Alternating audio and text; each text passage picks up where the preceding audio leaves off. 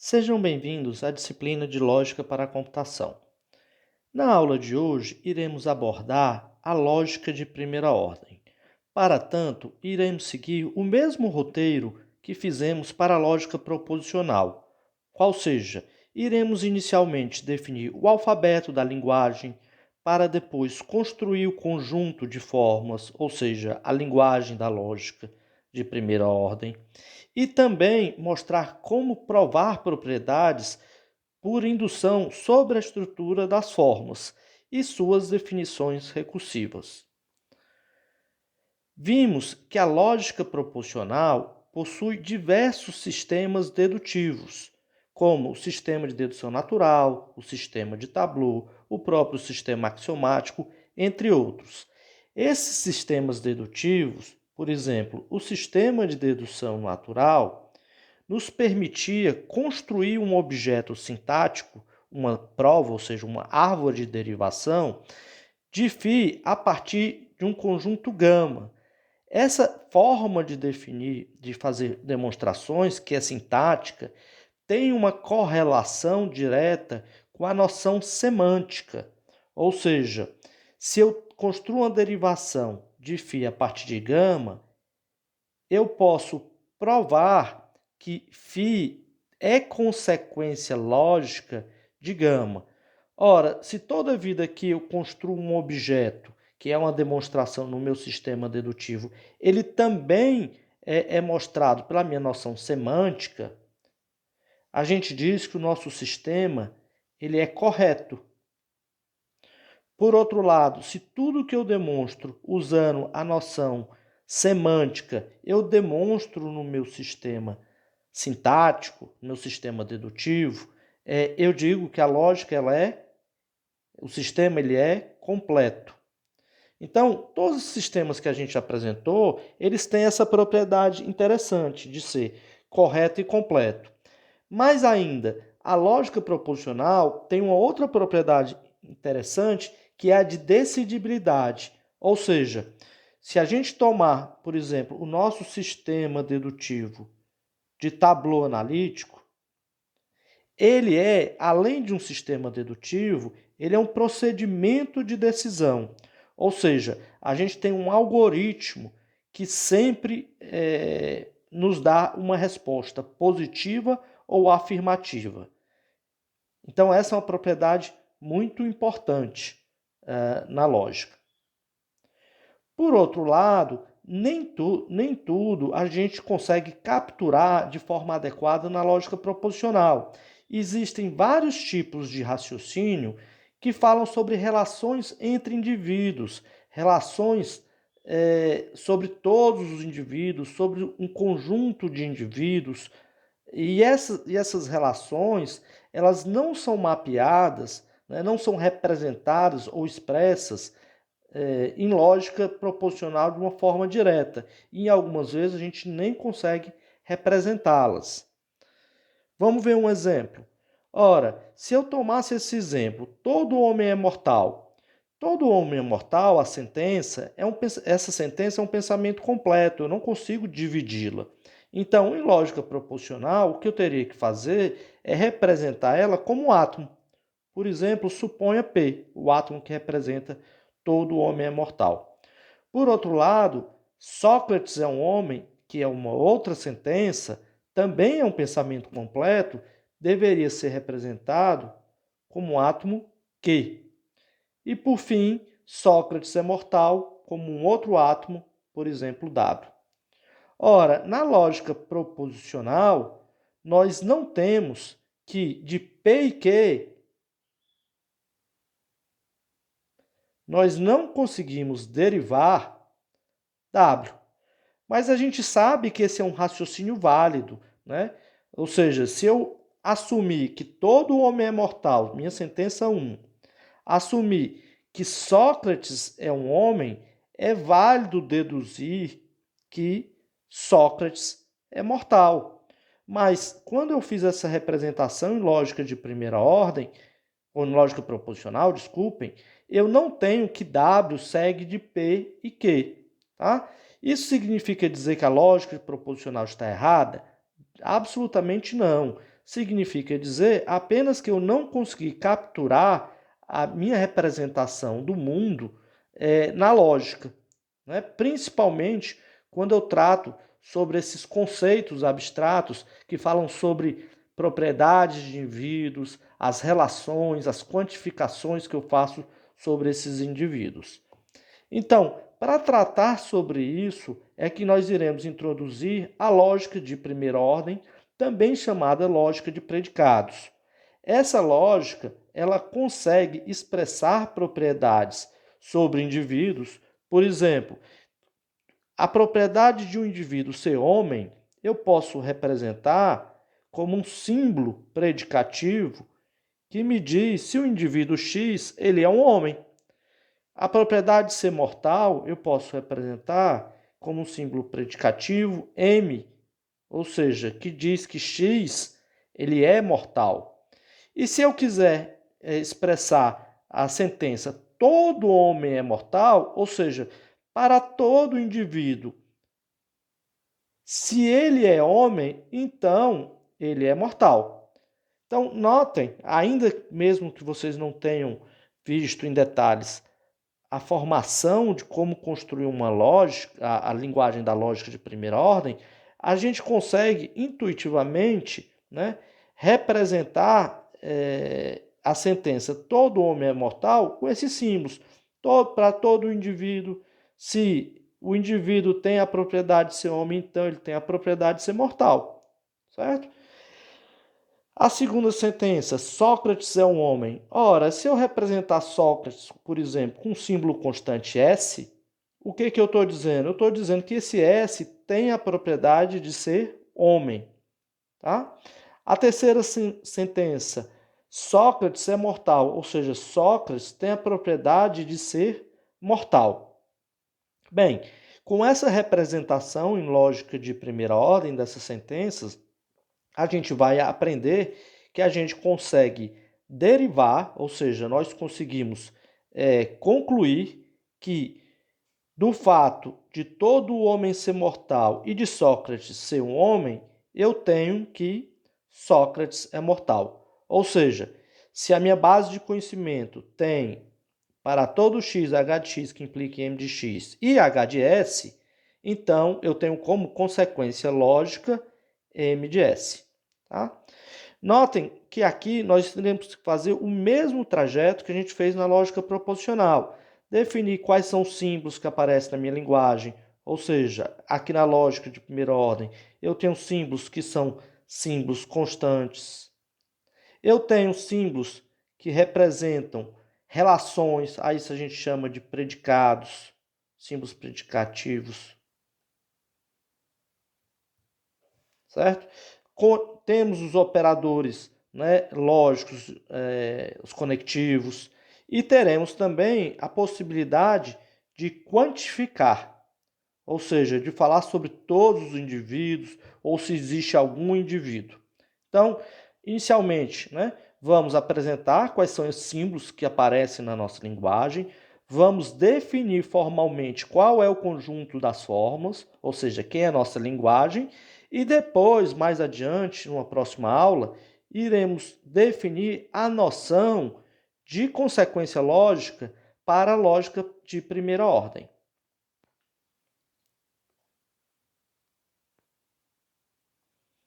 Bem, uma motivação importante para a lógica de primeira ordem se deu na tentativa de expressar a matemática através de uma linguagem que representasse os objetos da matemática e suas relações para que a gente fizesse provas corretas. Então, os primeiros exemplos, classicamente, né, na lógica de primeira ordem, são exemplos que fazem representações matemáticas utilizando a linguagem. E, a partir da noção de consequência lógica, a gente consegue derivar essas propriedades, ou seja, os teoremas da matemática. Bem, assim como na lógica proposicional, a lógica de primeira ordem tem vários sistemas dedutivos, e esses sistemas dedutivos também são corretos e completos, né? O primeiro a demonstrar que o sistema axiomático era correto e completo foi o Gödel, né, que fez o chamado Teorema de Gödel.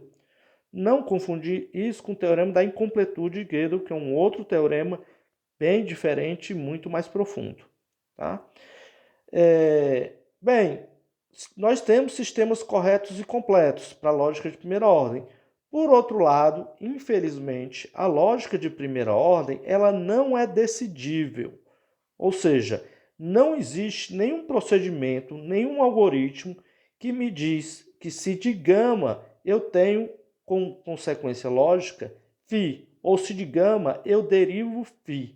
Não há um procedimento efetivo, como a gente fez em lógica proposicional, certo? Esse é um resultado profundo, um resultado que limita o uso prático da lógica de primeira ordem, porque a gente não consegue representar e decidir todas as sentenças e as derivações através de um modelo computacional, ou seja, através de uma máquina, de um computador. Tá? Por outro lado, né, existem vários fragmentos de lógica de primeira ordem que são utilizados para fazer programação. Quem já estudou os paradigmas de programação já estudou, por exemplo, o paradigma lógico, Prolog. Né? O Prolog nada mais é, né, do que um fragmento da lógica de primeira ordem, né, que serve como linguagem de programação, o paradigma declarativo. Quem já estudou ontologias, ou seja, representação do conhecimento e suas aplicações, a exemplo da web semântica, ou seja, uma web que você adiciona, né, informações semânticas sobre o conteúdo, através de formalismos como OWL e lógica de descrição, sabe que essas linguagens nada mais são do que fragmentos da lógica de primeira ordem. Então, o fato da lógica não ter um procedimento efetivo não quer dizer que ela não tenha importância, primeiro, para a demonstração de vários teoremas, seja da matemática ou da própria computação, e dois, não significa dizer que a gente não consegue utilizá-la na computação, né, de forma a ter provadores automáticos de teoremas que funcionam automaticamente pelas máquinas. Por quê? Porque muitas vezes o que a gente faz é restringir um pouco a linguagem da lógica de primeira ordem, por isso a gente chama de fragmentos de lógica de primeira ordem, e a gente tem procedimentos decidíveis sobre esses fragmentos. Tá? O caso de Prolog é um exemplo, né? E as lógicas de descrição que são usadas em web semântica, né, também são um outro exemplo. Vejamos aqui um exemplo lá da teoria dos grupos, que vocês devem ter estudado na disciplina de matemáticas discretas, né? Então, na teoria dos grupos, né, a gente usa um símbolo, aqui eu estou chamando de bolinha, tá? Para denotar a multiplicação entre grupos. E eu estou usando um símbolo E para identificar a identidade. Então, um grupo, né, ele pode ser definido pelos seguintes axiomas, que dizem, para todo x, para todo y, para todo z, se eu tenho que x é multiplicado por y, e eu multiplicar isso tudo por z, isso é equivalente, ou seja, isso é igual a multiplicar x pela multiplicação de y mais z. Tá? Ou seja, a ordem que eu aplico à multiplicação, tanto faz. Eu posso primeiro multiplicar x com y, para depois multiplicar z, ou posso multiplicar x, depois multiplicar y por z. Tá? Também existe um elemento neutro, ou seja, um elemento chamado de identidade, né, que é o axioma 2, que me diz o seguinte: qualquer elemento multiplicado pela identidade retorna o próprio elemento. Por fim, o terceiro axioma: para todo x existe um y cuja multiplicação de x por y é igual a e, ou seja, seria o elemento inverso dele. Tá? Um exemplo do que seria um grupo. Né? Um grupo, então, seria um modelo, né, abstrato que tem um conjunto, certo? cuja a função de multiplicação e a identificação da constante é elemento neutro, ele atende a esses três, ou seja, ele satisfaz esses três axiomas, 1, 2 e 3. Né? Um exemplo disso são os números reais com a soma e a multiplicação. Né? Ou seja, eu sei que um número somado com outro, somado com determinado z, é igual a quem? A somar x com y mais z. Ou seja, os reais com a operação de soma atende o axioma 1, certo? Eu sei que para qualquer x que eu tomar, eu posso somar ele com o zero, esse seria o elemento neutro, que ele é o próprio x, ou seja, meu axioma 2.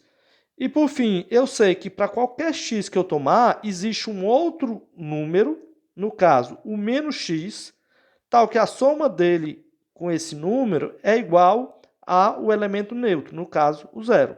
Ou seja, todo número real tem um outro número, que é esse número com a negação, cuja soma dos dois é zero. Tá? Então, os reais com a soma e o zero é um exemplo de um grupo. Por exemplo, se eu tomasse os naturais, a soma e o zero, esse não seria um grupo. Por quê? Porque o terceiro axioma, que diz que para todo número existe um outro número que o somado por ele dá zero, não acontece. Porque nos naturais a gente tem os números positivos. E nesse caso, o 3, não existe nenhum número que somado com ele dê zero. Portanto, isso aqui não seria um grupo, tá? Já os reais seria, né? Bem, vocês viram, né, que a partir de uma definição, através de axiomas, a gente consegue fazer demonstrações de outros teoremas. Por exemplo, no nosso caso da teoria dos grupos, eu posso tentar demonstrar que para todo x existe um y tal que a x multiplicado, ou y multiplicado por x é igual ao elemento neutro. Notem que esse não é o axioma 3. O axioma 3 me diz que qualquer x multiplicado por y é igual a e. Aqui eu estou dizendo que para todo x existe um y, tal que esse y multiplicado por x ele é igual a e. Tá? É um teorema diferente. Certo? Então, a gente precisaria demonstrar, vocês devem ter feito algum exercício parecido ou semelhante a esse lá na disciplina de matemáticas discretas quando viram a teoria dos grupos. Bem, qual é a graça aqui, né? É que a gente consegue, de uma forma mais ou menos direta, representar aquelas sentenças em sentenças lógicas, ou seja, em formas da linguagem lógica. Então, por exemplo, eu consigo dizer para todo x, para todo y, para todo z, ou seja, sejam quaisquer x, y, z, se x multiplicado por y, isso tudo multiplicado por z, isso aqui será igual a quem x multiplicado por y multiplicado por z. Tá? Então, eu faço uma representação em uma notação lógica, ou seja, através de uma fórmula, tá? De todos os meus axiomas. Então, faço uma fórmula para representar o primeiro axioma, o segundo axioma, o terceiro axioma. Faço uma fórmula para a minha sentença do teorema que eu quero demonstrar. E depois, né, eu posso utilizar a minha noção de derivação ou de consequência lógica para dizer que as fórmulas 1, 2 e 3 derivam a fórmula do meu teorema. E aí eu construo uma prova formal sobre isso utilizando a linguagem lógica. Tá? Apenas observar, né, que depois a gente vai usar uma notação, né, diferente, tá? Porque a gente vai aprender que as funções, ela primeiro tem o nome da função, depois os argumentos. Então, a multiplicação de x por E. Essa é a sintaxe que a gente vai usar quando a gente definir a linguagem, diferente de usar a notação x vezes y. Mas as duas coisas são similares, né? Ou seja, não se perde a compreensão se a gente usar essa notação ou a outra.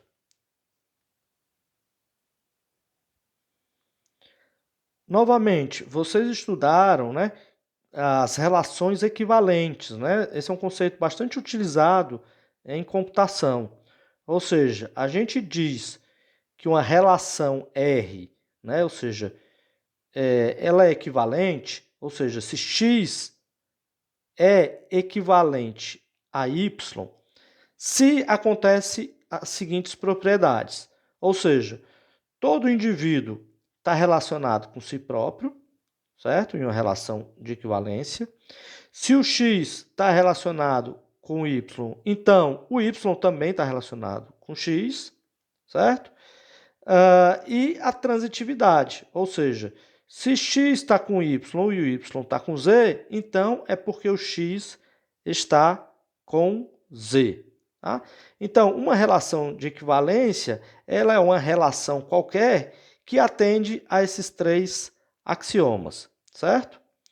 Vocês viram isso lá, de novo, nas disciplinas de matemática do início do curso. Tá?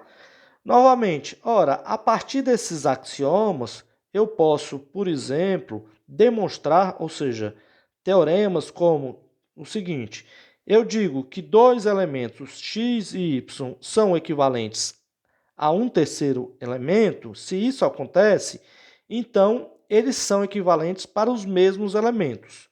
Ou seja, se eu pegar qualquer x e y, tá certo?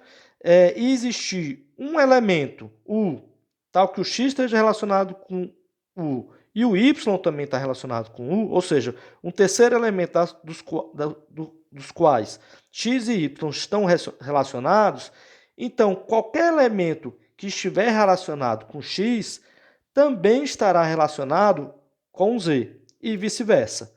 Ou seja, os elementos são os mesmos, né? Ou seja, eles pertencem à mesma equivalência, à mesma classe de equivalência. Tá? Então, esse é um teorema que vocês podem eventualmente ter demonstrado lá, ou poderiam, né, ter sido cobrado que vocês demonstrassem esse teorema a partir desses axiomas. Tá? E aí, novamente, a gente vai ver que consegue representar isso através da nossa linguagem da lógica de primeira ordem, através de formas. Ou seja, eu consigo representar que para todo indivíduo, esse indivíduo está relacionado com ele próprio, né? Que seria a sentença 1, né? O axioma 1. Para todo indivíduo x e para todo indivíduo y, se o x está relacionado com y, então a implicação, o y está relacionado com x. Terceiro, a transitividade. Ora, quaisquer x, y e z, se o x está relacionado com y e o y está relacionado com z, né, usando a conjunção lógica, se essas duas coisas acontecem, então o x está relacionado com z. Tá? Então, esses seriam aqueles três axiomas representados em lógica de primeira ordem.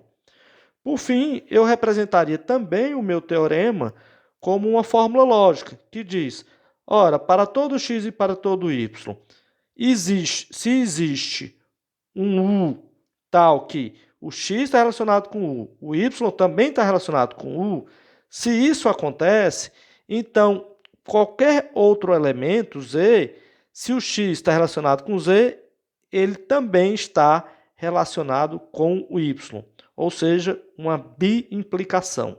Se o x está relacionado com z, é porque o y também está relacionado com z. Tá? Então, esse seria o enunciado, né, do meu teorema em lógica de primeira ordem. E aí, novamente, eu posso usar a minha noção de consequência lógica, ou, como a gente vai aprender, a nossa noção de derivação em sistema dedutivo, como dedução natural, por exemplo, para demonstrar que o teorema segue do conjunto de axiomas.